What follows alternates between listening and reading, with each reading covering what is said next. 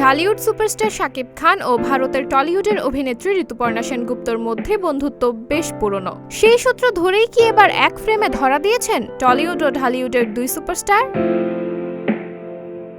সামাজিক মাধ্যমে তাদের একসঙ্গে কয়েকটি ছবি দেখা যায়। এরপর থেকে নেটিজেনদের মনে নানা কৌতূহল, একসঙ্গে কি করছেন তারা। ৪ মে শনিবার ফেসবুক পেজে বিষয়টি খোলাসা করলেন ঋতুপর্ণা নিজেই।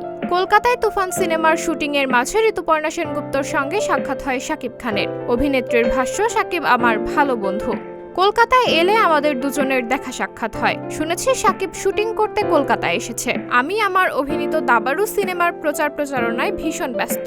এই কারণে এবার শাকিবের সঙ্গে দেখা হওয়ার কোনো সুযোগ ছিল না। কিন্তু হঠাৎই সিনেমার প্রচারের সময় শাকিবের সঙ্গে আমার দেখা হয়ে যায়। এই সময় আমার সঙ্গে ছিলেন আমার এক বান্ধবী ও তার স্বামী। সবাই মিলে একটি আনন্দঘন সময় পার করেছি। ঋতুপর্ণা অভিনীত পথিকৃৎ বসু পরিচালিত দাবারু সিনেমা আগামী 10 মে কলকাতায় মুক্তি পাবে। গ্র্যান্ড মাস্টার সূর্যশেখর গঙ্গোপাধ্যায়ের বায়োপিক এটি। গত বছর জুলাই মাসে সিনেমার শুটিং শুরু হয়েছিল। অন্যদিকে শাকিব খান অভিনীত রায়হান রাফির সিনেমা তুফান আসছে ঈদে মুক্তি পাবে বলে জানা গেছে। সিনেমাটি প্রযোজনা করেছে বাংলাদেশের চরকি ও আলফা আই এবং ভারতের SVF। সাবরিনা জলিল, সবার কথা।